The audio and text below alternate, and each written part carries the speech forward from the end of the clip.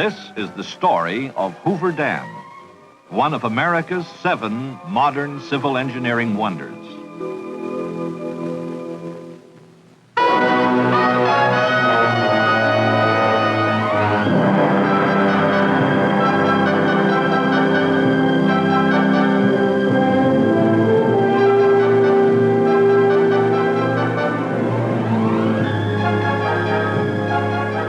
Build a dam in the wilderness, and the world will beat a path to it. For many centuries, this was a lonely canyon, unseen and untouched by man, scorched by a desert sun, scolded by an angry river slashing its way to the mother sea. Now it lies peaceful and silent, except for the gentle hum of a hydroelectric power plant, the bubbling up of water as it leaves mighty turbines, the cheerful sounds of America and the world on the move to see this pioneer multipurpose reclamation project man built in Black Canyon. Millions come to this once desolate spot to see this engineering wonder, to hear the story of Hoover Dam. Ladies and gentlemen, we're now standing on the powerhouse ramp 560 feet below the top of the dam. This is Black Canyon, where Nevada and Arizona meet, where the Colorado River once flowed uncontrolled. Here is where man conquered this mighty river, placing a concrete yoke about its neck to harness its tremendous water and power resources. The water that flows through the canyon. Through the ages, the river has gathered to its bed the snow-fed rivulets of the Rockies, flowing southwestward in its wild 1,400-mile descent to the Pacific Ocean, gouging great canyons, piling up great deltas of silt in the valleys. Early settlers were at the mercy of this untamed giant. Melted snow from the mountains each spring swelled the Colorado River into a raging torrent, flooding fertile valleys along its banks, destroying farmlands, homes, and cities. In 1905, the Colorado cut through its banks below the Mexican border and for 2 years poured unchecked into the Salton Sink, forming an inland sea.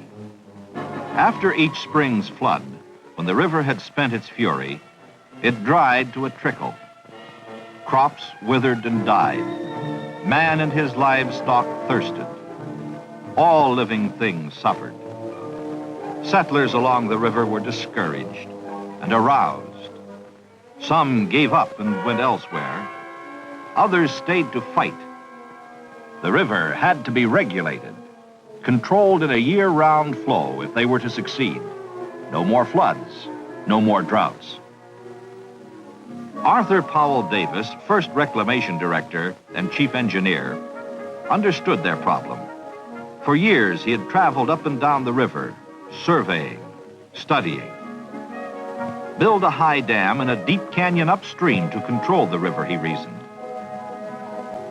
In 1918, Davis reported his findings and proposals to Congress. Congress responded in 1928, passed the Boulder Canyon Project Act, authorizing construction of Hoover Dam to control and regulate the Colorado River, and the All-American Canal System to deliver water to farmlands on the lower river. In 1930, President Herbert Hoover, for whom the dam is named, signed the appropriation bill to begin construction. Under a contract awarded in March 1931 to 6 companies incorporated, a combine of 6 major construction firms, men and machines went to work to build this dam of unprecedented size, this modern civil engineering wonder. Reclamation engineers rushed to completion specifications and design drawings. Crews at the dam site completed their surveys and investigations. The thunder of man's determination to conquer the Colorado reverberated between the sheer cliffs of Black Canyon as construction got underway. The first major task was to divert the river around the dam site. To do this, 4 tunnels, 2 on each side, were drilled through the canyon walls. Each 56 feet in diameter, they averaged 4,000 feet in length. Drill holes were packed with dynamite and blasted. After each explosion, shovels and trucks entered the tunnels, mucked out the shattered rock, and dumped it in nearby gulches. Workmen excavated over 1.5 million cubic yards of blasted rock material from the 4 tunnels in 13 months.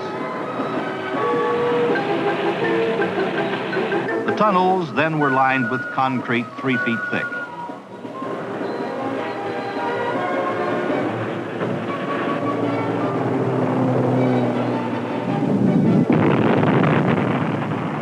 Explosions rocked the canyon almost daily for 2 years before actual placing of concrete in the dam began.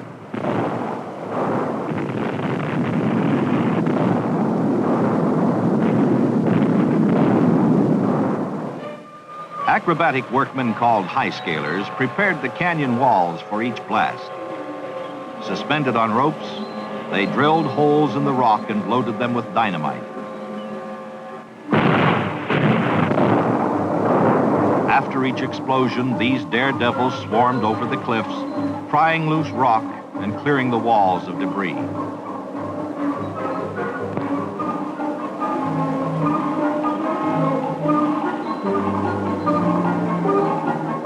In November 1932, the Colorado River was diverted.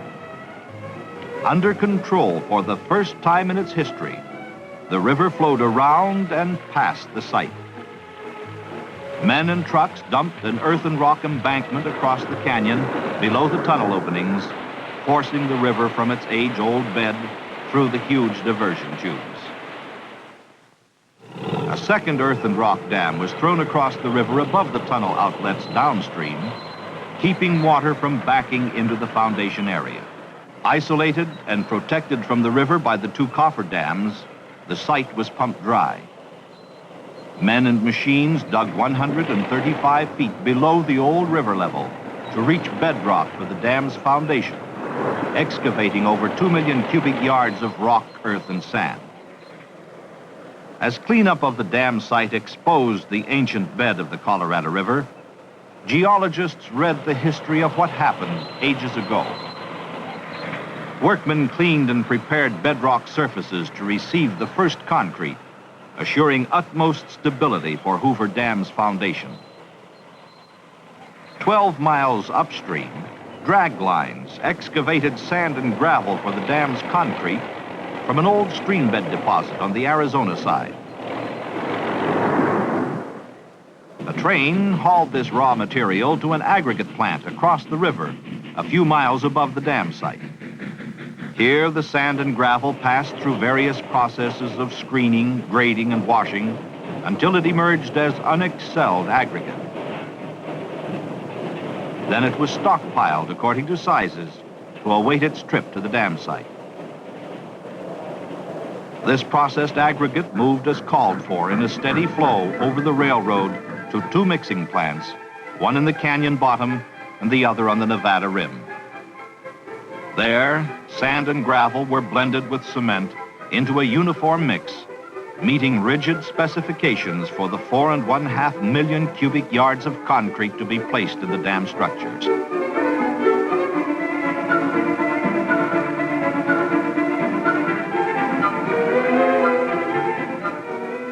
From the mixing plants, concrete was dispatched to all points of construction. 9 anchored aerial cableways spanning the canyon from rim to rim lowered the concrete into the forms and handled other supplies and equipment as well. As the first bucket of concrete settled into its foundation on June 6, 1933, Hoover Dam began its rise from the depths of Black Canyon. As cableways dumped load after load of concrete into the forms, the dam soon reached its full 660-foot thickness at its base. Poured in 5-foot layers of concrete, the structure's keyed or interlocking columns climbed skyward as crews set new records daily. Bucketful after bucketful ran the continuous cycle, mixing plant to canyon rim, out into midair over the gorge, and down into the forms, dumping its load of 16 tons.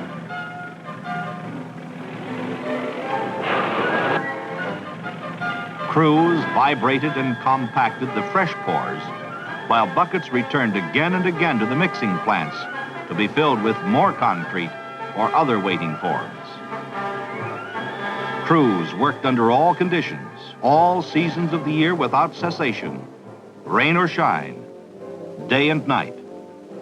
By June 1934, 1 year after the first pour, 2/3 of the dam's concrete had been placed in the forms. Hoover Dam had risen to an impressive height, already taking its place as one of the world's wonders. As Hoover Dam climbed between its abutments, related structures also took form. At the toe of the dam, the U-shaped power plant to house generating equipment, control, and maintenance facilities was built in twin wings, one along each side of the canyon walls. Intake towers, 2 on each side, for the power plant's penstock system, climbed as a maze of reinforcing steel and concrete. Perched on shelves hewn in the canyon walls, these graceful columns rose 403 feet, well above the dam's crest and the canyon rims. 2 giant spillways were set against the canyon walls on each side of the reservoir just above the dam. These high-level controls, each capable of bypassing 200,000 cubic feet of water per second, assure that no water will ever overtop the dam. Water flowing into the basins plunges downward through the spillway tunnels to enter the river below the dam. 100-foot-long drum gates on the spillway's crests rise during flood stage to give the reservoir an additional 16 feet of storage. Hoover Dam's penstock system called for pipes of unprecedented size, ranging from 8 1/2 to 30 feet in diameter and 5/8 to 2 3/4 inches in thickness. As it was not possible to ship units of this size across country, steel plate was brought from eastern rolling mills. A steel fabrication plant, erected especially for this job near the dam site, rolled and assembled the nearly 3 miles of pipe installed in the canyon wall tunnels. As in all unprecedented phases of Hoover Dam's construction, fabrication of the pipe sections required special machinery and equipment. Edges of the dimension plates were shaped on a planing machine to assure precision and accuracy of later steps in their manufacture. Then they were bent on a giant press and rolled into circular form. One such plate equaled 1/3 the complete circumference of a finished pipe. 3 of the largest curved plates welded together formed a ring 30 feet in diameter and 11 feet long. 2 of these rings joined made up a section weighing 150 to 184 tons. A vertical lathe machined the edges so the sections would fit precisely when joined into continuous penstocks inside the canyon walls. A train passing through one of the 30-foot sections reveals their comparative size. When the intake towers and their connected tunnels were ready to receive the penstocks, a specially designed trailer hauled the sections one at a time down the highway from the plant to the dam site. At the canyon rim, a 150-ton cableway relieved the trailer of its tremendous burdens, swung the pipe sections out over the gorge, and lowered them under absolute control.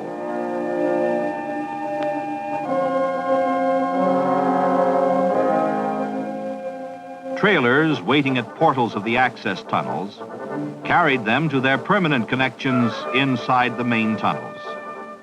The pipe sections were hoisted into location with cables and joined end-to-end pressure pins to form continuous conduits between the intake towers, turbines, and outlet valves. While this and other work on appurtenant features was going on, a continuous stream of concrete had been pouring into the dam forms. The structure neared its full height of 726 feet, far above the crest of any other dam yet built by man. On May 29th, 1935, 2 years after they had begun pouring, crews placed the last concrete in Hoover Dam. a total of 3¼ million cubic yards. This modern civil engineering wonder stood completed 2½ years ahead of schedule. On September 30th, 1935, President Franklin Delano Roosevelt dedicated Hoover Dam to the nation's progress. He praised its designers and builders. The dam stood like a sentinel, white and beautiful in the desert sunlight, guarding the river and its downstream wealth. Floodwaters lapped helplessly against its arched back as the reservoir filled. This man-made inland sea spread into the valleys and canyons among the colorful hills and mountains. Hoover Dam had conquered the Colorado. Turbine pits to hold Hoover Dam's 17 big hydroelectric units were built into the powerhouse. Generator installations began in 1935. The first generator, Unit N2, began commercial operation October 26, 1936, to serve the city of Los Angeles. In ones and twos, the generators filled the pits as demand for electrical energy in California, Nevada, and Arizona called them into service. Finally, in 1959, manufacture and installation of the last generator, N8, began. For 25 years, the N8 pit had lain dormant and silent, except for the hum of other Hoover generators. Now, as more generating capacity was needed, contracts were awarded for the generator's manufacture and installation. Plants throughout the nation fabricated N8's many parts. The design of N8 followed that of other Hoover generating units. It is a 95,000 kilowatt, 60-cycle, 16,500 volt generator driven by a 115,000 horsepower turbine. Falling water from the reservoir, which spins and powers the turbine wheel, is controlled by a huge butterfly valve, which permits the water to flow to the turbine from the feeder penstock. Weighing 2,000 tons, N8 parts were shipped to Hoover Dam on 60 rail cars. Arriving at the canyon rim overlooking the dam, the parts were lifted by cableway out over the canyon and down to the powerhouse. Parts descending into the gorge on strands of cable were familiar and almost daily sights, reminiscent of previous installations. And the main cableway operator was the same one who had helped install and operate the cableway during the dam's construction in the early 1930s. Others likewise had worked on the project throughout its construction.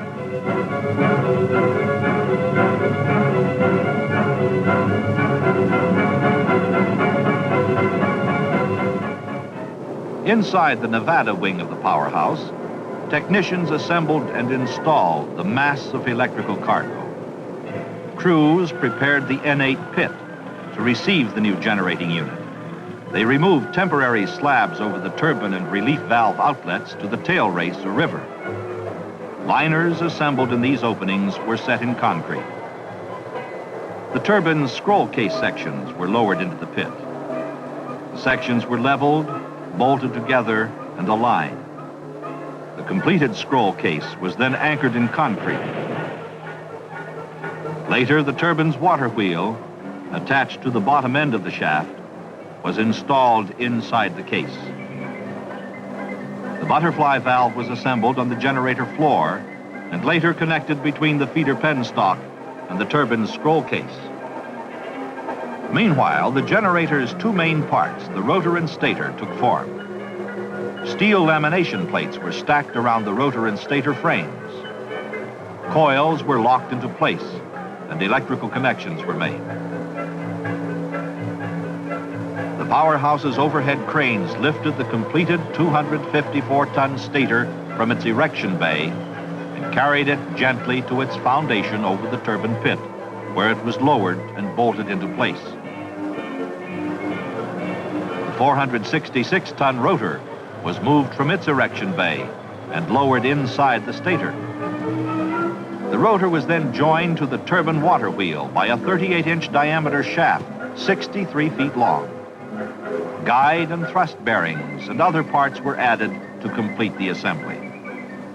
After test runs, N8 went on the line December 1st, 1961, to serve the state of Nevada and to complete the Hoover power plant, raising its capacity to 1 1/3 million kilowatts, keeping it as one of the world's largest hydroelectric installations. As the last sounds of construction faded into history, Hoover Dam had cost $175 million. Less a deferred payment of $25 million allocated to flood control, Hoover Dam's cost is being returned to the federal treasury at 3% interest from the sale of hydroelectric power. Hoover Dam has fulfilled the hopes and expectations of those who envisioned this great reclamation project. Colorado River waters that once destroyed man and his property now serve him. The Colorado pours its waters into Lake Mead, named for Dr. Elwood Mead, Reclamation Commissioner during construction. Lying calmly behind the dam, these waters await need by downstream users. Water is released through the Hoover power plant turbines in a year-round flow to irrigate over 1 1/4 million acres of desert land, serve municipal and industrial needs of the Pacific Southwest, generate hydroelectric energy, and provide various other multipurpose benefits. The clear waters of Lake Mead have opened up a vast new recreational fish and wildlife vacation land for America. Millions beat paths to this one-time wilderness along the Colorado River to picnic, go boating, swim, fish, and enjoy these important outdoor reclamation products.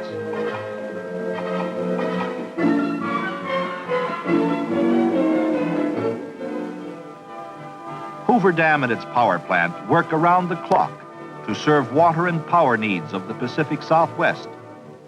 Water from Lake Mead, passing into the intake towers, falls over 500 feet through the penstocks to spin the giant turbine wheels and then discharge to the river. This action is repeated at downstream reclamation dams.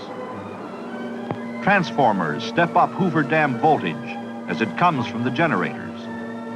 Lines carry this power up over the powerhouse roof to the switch yard. From there, it is transmitted over lines across the desert. The river flows southward, and along the way, man diverts from the controlled stream to sustain his prosperous way of life. 67 miles downstream, Davis Dam re-regulates the Colorado's flow, releasing water through its power plant turbines to irrigators in this country and Mexico. Davis Dam generators interconnect with those at Hoover Dam upstream and those at Parker Dam downstream. This energy goes out over transmission lines of the Parker-Davis project to farms, homes, and factories. Much of this Colorado River energy pumps the farmers' irrigation and drainage water. Parker Dam, 155 miles downstream from Hoover Dam, was built with funds advanced by the Metropolitan Water District of Southern California. Parker Dam provides a forebay for the district's Colorado River Aqueduct, another one of America's 7 modern civil engineering wonders. Electrical energy from Parker and Hoover power plants pumps water along the aqueduct. This waterway delivers municipal and industrial supplies to the Los Angeles and San Diego coastal areas. Parker Dam also controls floods. Below Parker Dam, Headgate Rock Dam diverts water to Colorado River Indian Reservation lands in Arizona. And farther downstream, the Palo Verde Diversion Dam sends water to the Palo Verde Irrigation District, oldest irrigation development on the Colorado River. At Imperial Dam and Desilting Works, 300 miles downstream from Hoover Dam, Colorado River water enters river-sized canals to irrigate farmlands in California and Arizona. The All-American Canal System carries part of the Colorado's flow westward to the Yuma, Imperial, and Coachella valleys. When water reaches its farthest point on this canal system, it has traveled nearly 500 miles after leaving Hoover Dam and has required 10 days to make the trip. The Gila Gravity Main Canal takes water from Imperial Dam south and east to valley and mesa lands of the Gila and Yuma auxiliary projects. Mexico's share of Colorado River water to irrigate lands below the border passes Imperial Dam, and most of it is diverted at Morelos Dam into the Alamo Canal. The non-surplus food, fiber, and forage crops grown on lands nourished by water from Hoover Dam find ready markets throughout the nation. While snow-covered lands lie idle, winter fruits and vegetables grown in the warm Southwest with Colorado River water are shipped to dinner tables across the nation. In return, these irrigated areas buy farm machinery and other products from the manufacturing centers. This exchange of goods between West and East, North and South, has helped develop America's free enterprise prosperity.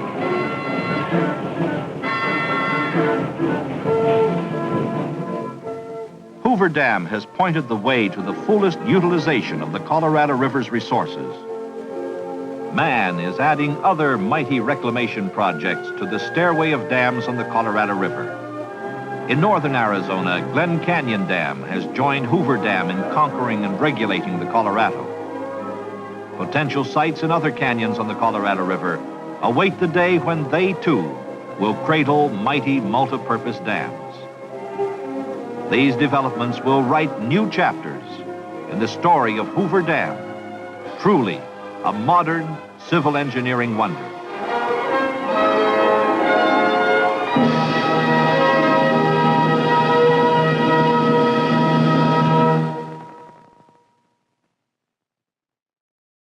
To see this engineering wonder, to hear the story of Hoover Dam. Ladies and gentlemen, we're now standing on the powerhouse ramp 560 feet below the top of the dam. This is Black Canyon, where Nevada and Arizona meet, where the Colorado River once flowed uncontrolled. Here is where man conquered this mighty river, placing a concrete yoke about its neck to harness its tremendous water and power resources. The water that flows through the canyon. Through the ages, the river has gathered to its bed the snow-fed rivulets of the Rockies, flowing southwestward in its...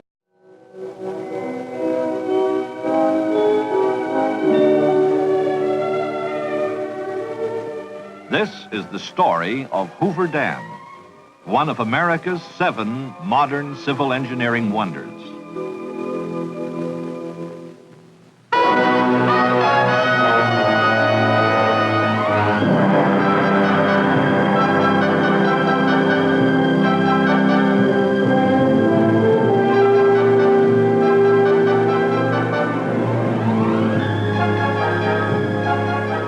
Build a dam in the wilderness, and the world will beat a path to it. Its wild 1,400-mile descent to the Pacific Ocean, gouging great canyons, piling up great deltas of silt in the valleys.